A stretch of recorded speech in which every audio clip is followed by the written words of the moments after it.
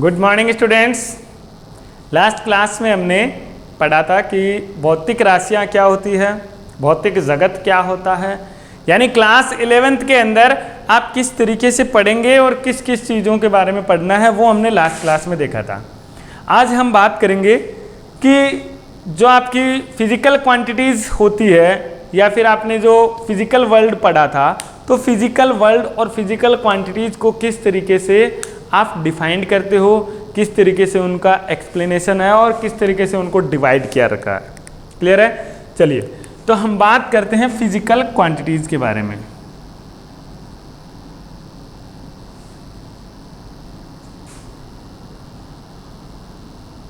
Physical quantities,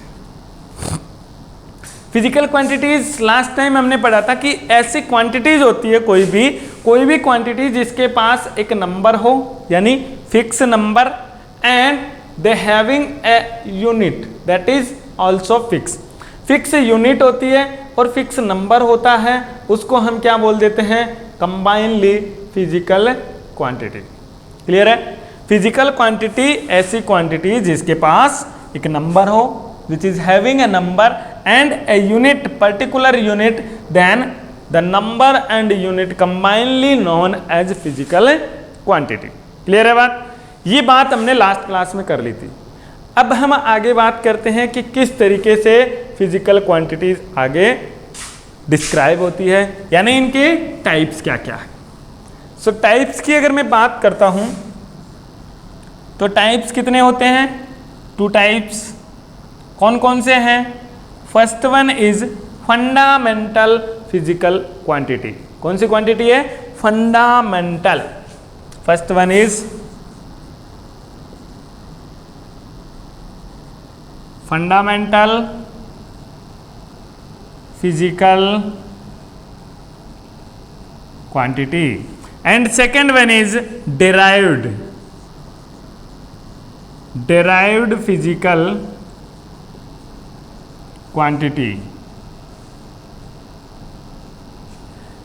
चलो हमने नाम तो दे दिया कि भाई फंडामेंटल फिजिकल क्वांटिटी है, डिराइव्ड फिजिकल क्वांटिटी है, लेकिन इनको एक्सप्लेन कैसे करना है, क्यों इनको डिवाइड किया?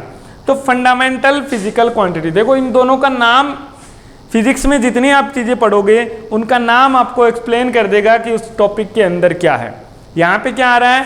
फंडामेंटल फिजिकल क्वांटिटी, यानी बात किसकी होगी? फिजिकल क्वांटिटी की। कौन सी फिजिकल क्वांटिटी? फंडामेंटल। और फंडामेंटल का मतलब क्या होता है? फंडामेंटल का मतलब होता है जो इसकी मूल है, जो इसका जड़ है, उसकी बात चल रही है, यानी जो इसका फंडामेंटल है, जो इसका ओरिजिन है, उस ओरिजिन की बात चल रही है। इससे पहले कुछ नहीं था, इसके बाद जो आया और वही फंडामेंटल बन गया, उसी को बोलते हैं हम fundamental physical quantity. Similarly derived physical quantity, यानी इनको क्या करना पड़ेगा? डिराइव करना पड़ेगा। किससे करेंगे? इन फंडामेंटल फिजिकल क्वांटिटी से। चलिए लिखते हैं, इनकी डेफिनेशन पढ़ते हैं कि क्या होती है fundamental physical quantity.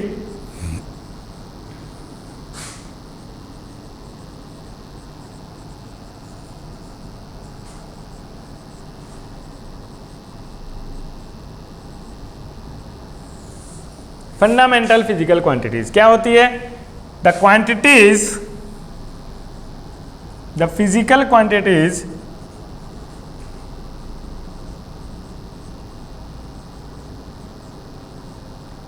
which does not depends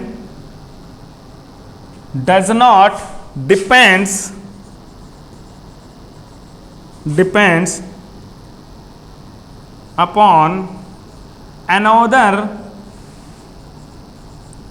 another physical quantities।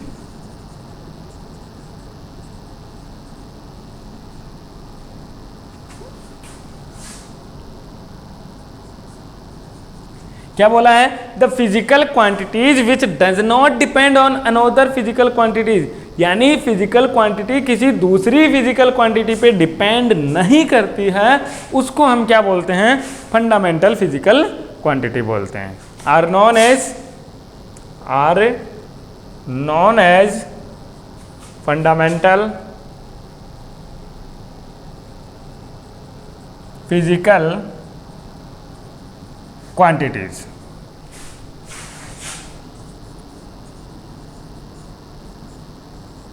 Clear है? फंडामेंटल फिजिकल क्वांटिटी किसी दूसरे पे डिपेंड नहीं कर रही है। इसका मतलब क्या हो सकता है? इसका मतलब ये है कि यही बनी है, इनसे कोई दूसरी बन सकती है, ये किसी दूसरे से नहीं बनती है। मतलब ओरिजिन कहां से हुआ है? फिजिकल क्वांटिटी का ओरिजिन ही फंडामेंटल क्वांटिटी से ही हुआ है। क्लियर है बात? चलिए, और ये कितने होती है?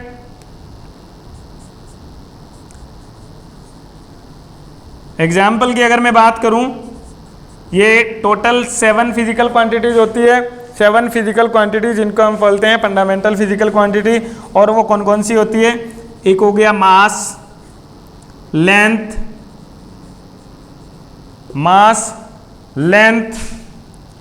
Time, current, electric current, temperature etcetera. दो और है जो कि है ल्यूमिनेस इंटेंसिटी एंड, वो मैं एक पूरी टेबल बनाऊंगा आपको, तो अभी टेबल के अंदर सब कुछ देखेंगे किस तरीके से कौन कौन सी यूनिट है और उनकी यूनिट क्या होती है और क्वांटिटी क्या है। तो एक बार इसको राइट डाउन कर लीजिए कि फंडामेंटल फिजिकल क्वांटिटी क्या होती है? The quantities which does not depend on another physical quantities are known as fundamental physical quantities.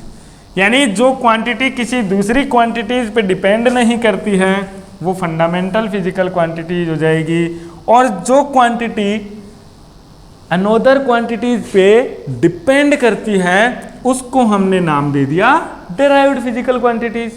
बात समझ आ रही है? तो quantities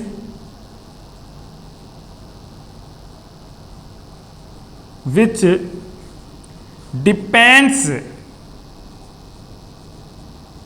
depends upon fundamental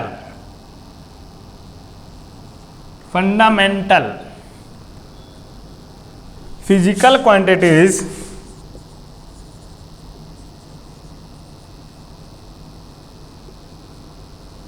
are known as derived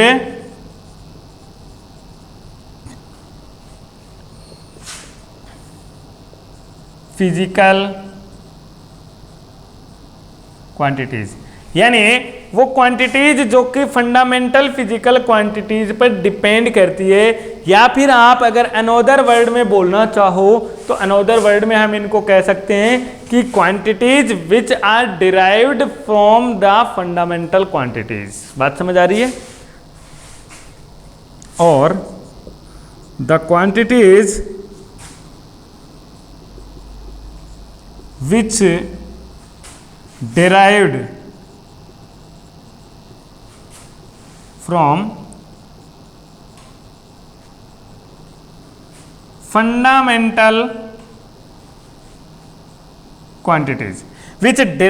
from fundamental quantities are known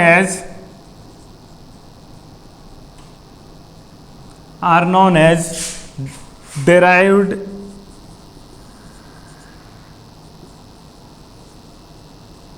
physical quantities. हमने बोला कि fundamental physical quantities थी, वो टोटल कितनी थी? 7। Total 7 fundamental quantities are exist in the universe, but derived physical quantities are the infinite numbers, because every derived physical quantity will be derived from the fundamental quantities by using the 7 fundamental quantities। Clear है बात? यानी derived physical quantity जो होती है उनको derive किया जाता है फंडामेंटल क्वांटिटीज से। अब इसमें फंडामेंटल क्वांटिटीज को 1 और मोर टाइम आप यूज कर सकते हो। तो जब इसको यूज करके बनाया जाता है तो यहाँ पर डिराइव्ड क्वांटिटी से बहुत सारी डिराइव्ड फिजिकल फंडामेंटल से बहुत सारी क्वांटिटीज को डिराइव किया जा सकता है। फॉर एग्जाम्पल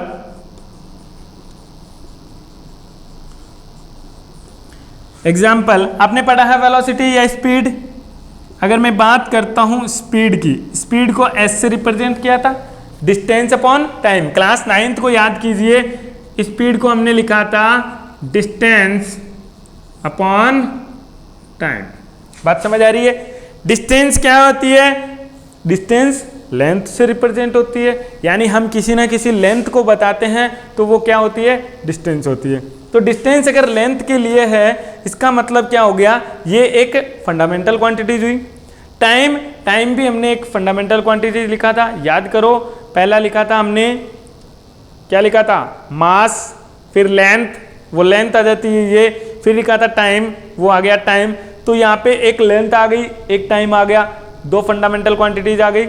अगर यहाँ दो फंडामेंटल क्वांटिटीज यूज आ रही है, इसका मतलब इन दोनों से यूज से जो बन रही है, जो स्पीड बनेगी नई क्वांटिटी, वो नई क्वांटिटी फंडामेंटल ना होकर के कैसी क्वांटिटी होगी? डिराइव्ड फिजिकल क्वांटिटी होगी। So distance upon time is the speed, and speed is a not fundamental quantity, speed is a derived physical quantity. Clear है? Similarly another example देखना चाहो आप तो फोर्स जो होता है वो भी क्या है? derived fundamental quantity होता है। फोर्स को आपने लिखा था मास मल्टीप्लाई एक्सीलरेशन, मास मल्टीप्लाई एक्सीलरेशन, यानी मास को जब आप एक्सीलरेशन से मल्टीप्लाई करोगे तो आपको क्या मिलेगा? फोर्स मिलेगा। ये फंडामेंटल क्वांटिटी होती है। एक्सीलरेशन ऑलरेडी डिराइव्ड क्वांटिटी है, क्योंकि एक्सीलरेशन को डिराइव किया जाता है टू फंडामेंटल क्वांटिटी से। क्लियर है? राइट डाउन कीजिए इसको एक बार।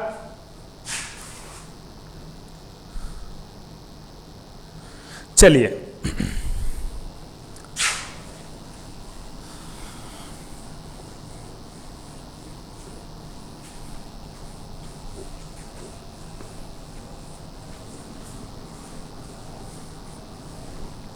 ये तो बात थी फिजिकल क्वांटिटीज की, यानी एक ऐसी क्वांटिटी जिसके पास नंबर है और एक यूनिट है। नंबर है प्लस यूनिट है, then this combinely known as fundamental quantity. But this fundamental quantity is of two type, that is first is this is physical quantity, and this physical quantity is divided in two parts, that is fundamental physical quantity and derived physical quantity. Clear है? Fundamental physical quantity and derived physical quantity. Now हमने एक बोला है कि इसके पास number है, इसके पास unit है, तो ये यूनिट जो होती है वो क्या होती है? अब बात आती है कि आपने बोल दिया सर नंबर तो हम मैथमेटिक्स में पढ़ते आए हैं 1 2 3 4 5 6 7 8, क्लास फर्स्ट से आपको यही सिखाया जाता है 1 2 3 4 5 6। चलो बात करते हैं यूनिट की। तो यूनिट क्या आ गई? ये एक नई चीज़ है, तो यूनिट को हमें डिफाइन करना पड़ेगा कि यूनिट होती क्या है, क्यों हम इसको लेके आए हैं और ये कहाँ से आई है। क्लियर है? फिजिक्स का मतलब ही आया है। फिजिक्स का मतलब क्या होता है? पहले ही दिन मैंने आपको बताया था, ऑब्जर्वेशन एंड एक्सप्लेनेशन। पहले आप ऑब्जर्व करो कि क्या है, फिर आप एक्सप्लेन दो क्यों है। बात समझ आ रही है? पहले ऑब्जर्व करो क्या हो रहा है, बाद में एक्सप्लेन करना है क्यों हो रहा है। तो क्या और क्यों का जो रिप्लाई है वो पूरा फिजिक्स देता है आपको।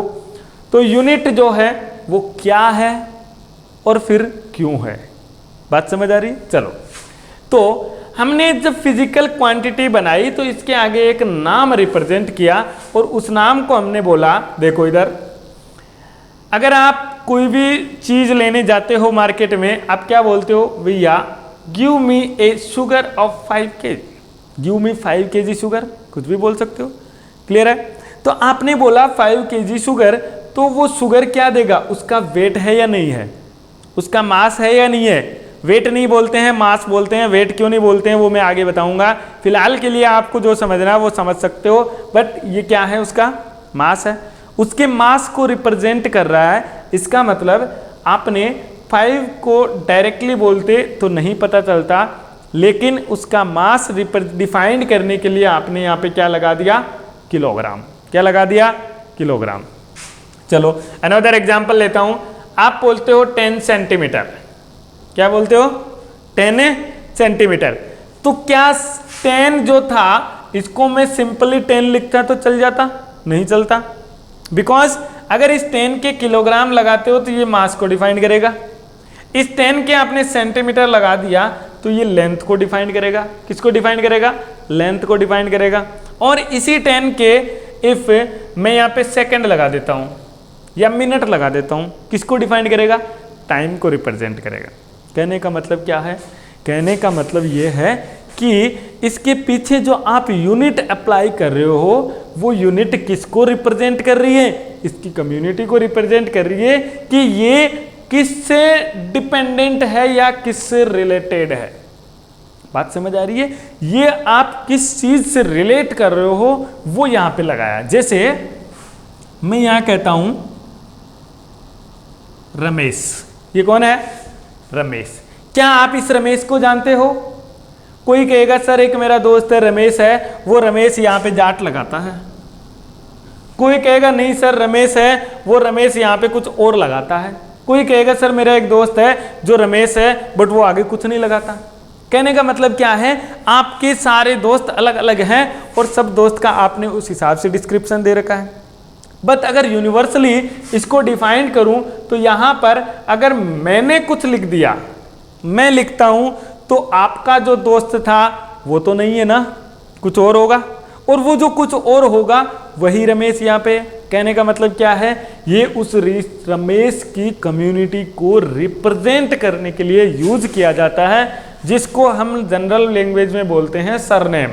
क्या बोलते हैं? सरनेम। सिमिलरली यहाँ पर भी जब आप फिजिकल क्वांटिटी को डिफाइन करते हो तो उस फिजिकल क्वांटिटी का सरनेम लिखना जरूरी है, और वो सरनेम क्या है? यूनिट होती है जो कि किसी भी फिजिकल क्वांटिटी की कम्युनिटी को रिप्रेजेंट करेगा, यानी वो रिलेट करेगा वो किससे रिप्रेजेंट कर रही है।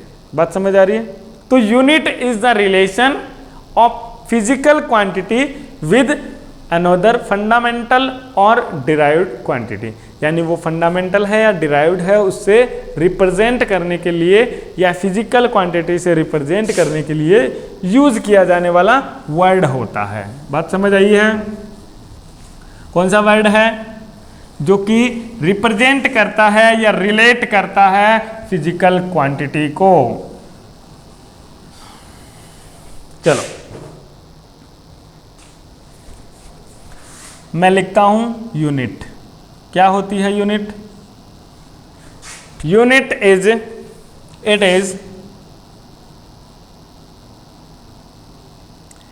Is the word used to relate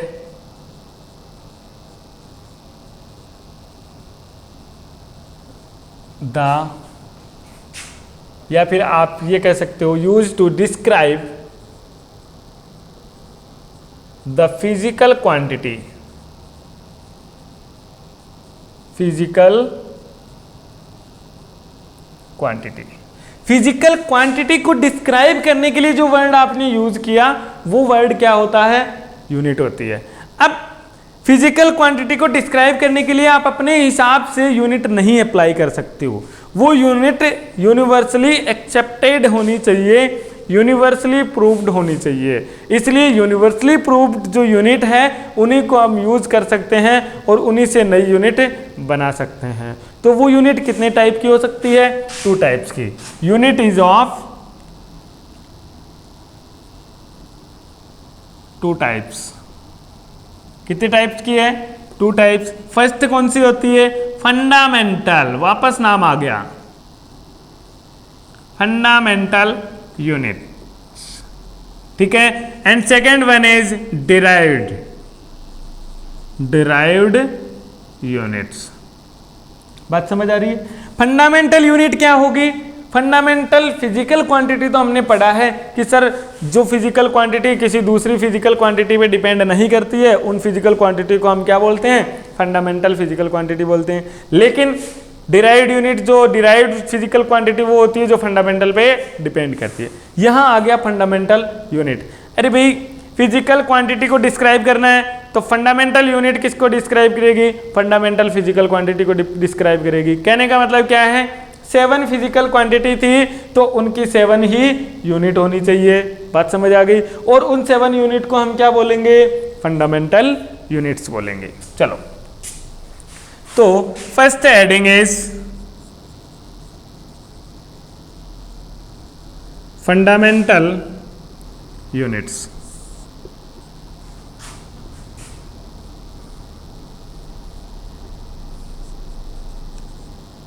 These units does not depends upon another units are known as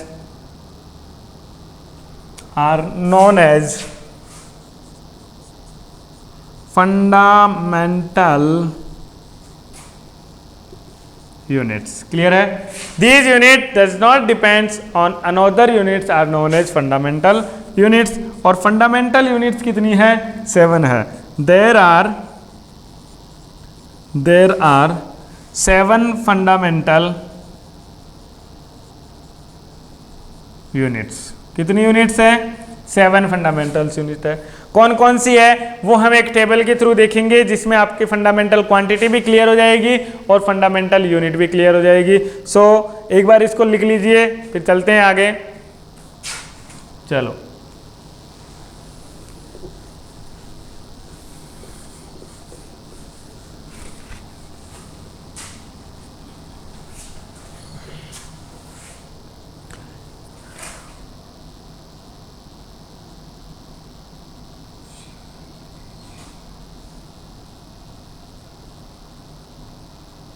seven fundamental units.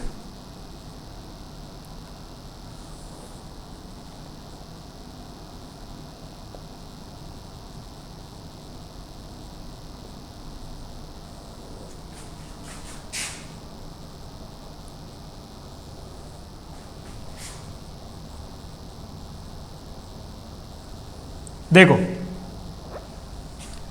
Serial number physical quantity 7 physical quantity है तो उनकी 7 फिजिकल फंडामेंटल यूनिट होनी चाहिए। यूनिट हम यहाँ लिखेंगे। सिंबल, जो भी यूनिट है उनको रिप्रेजेंट किस सिंबल से किया जाता है उस चीज़ को हम यहाँ पे रिप्रेजेंट करेंगे।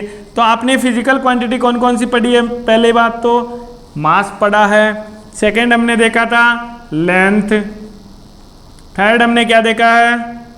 Time, fourth temperature, fifth electric current and six number पे आपने क्या देखा था? देखा ही नहीं था sir, luminous intensity, luminous intensity,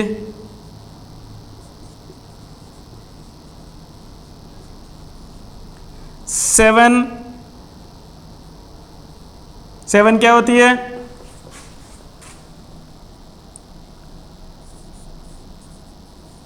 quantity of substance,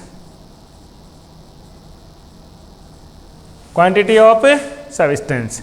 देखो, मास को हमने बोलते हैं किसी भी चीज का आप मास लेते हो, यानी आप उसको जैसे 5 kg चीनी हो गई, 10 लीटर हो गया, तो लीटर में भी लेते हो। लीटर में किसके लेते हो? जो लिक्विड फॉर्म में होता है। लेकिन यूनिवर्सली इस मास की जो यूनिट होती है वो किलोग्राम होती है। क्या होती है? किलोग्राम होती है, ना कि लीटर होती है। और इस किलोग्राम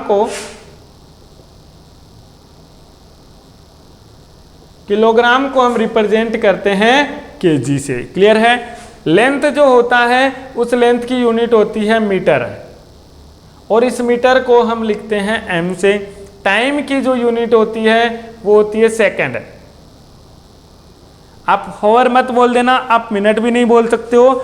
जो फंडामेंटल यूनिट है वो सेकंड होती है। ध्यान रखना, ये जो लिख रहा हूं मैं वो फंडामेंटल यूनिट है, वही एक्सेप्टेबल है। इसके अलावा आप किसी को बोलते हो कि फंडामेंटल है तो नहीं, वो फंडामेंटल नहीं होगी। क्लियर है?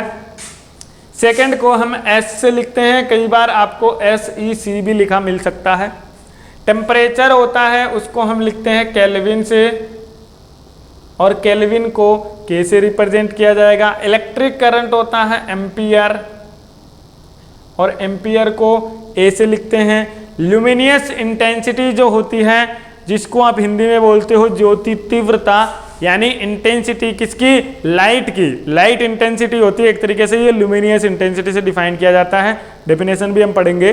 तो ल्यूमिनियस इंटेंसिटी होती है, उसका जो यूनिट है वो है कैंडिला, कैंडिला, और कैंडिला जो होता है उसको सीडी से रिप्रेजेंट किया जाता है। क्वांटिटी ऑफ सब्सटेंस आप केमिस्ट्री में करते आए हो मोल, और उस मोल को लिखा जाता है मोल, क्लियर है, मोल, यहां पर भी मोल।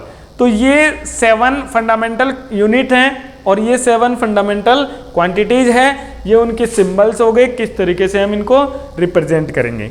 देखो ये सातों के सातों हम यूज करेंगे, ये आप केमिस्ट्री में यूज करते हो और ये जब आप हायर लेवल पे जाओगे तब यूज करोगे, लेकिन ये जो 5 है वो इंपॉर्टेंट है, वो आप क्लास 11th और 12th में पूरे में यूज करोगे, ये भी यूज आएगा, but most of the cases ये आप केमिस्ट्री में यूज करते हो। तो ये जो है इनमें से ये 3 आप जब मैकेनिक्स करोगे तब आपकी यूज में आ जाएगी। टेम्परेचर केल्विन की जो होती है, जब आप थर्मोडायनेमिक स्टडी करते हैं तो थर्मोडायनेमिक में केल्विन का यूज करते हैं, और क्लास 12th में तो पूरा एम्पियर चलने वाला है जो कि इलेक्ट्रिक करंट की स्टडी में आता है, क्लियर है।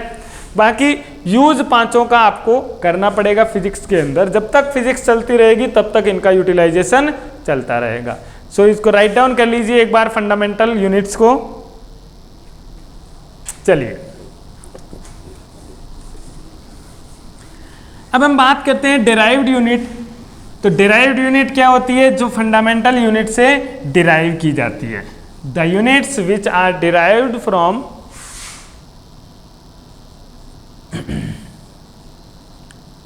Derived units, the units which derived from fundamental units,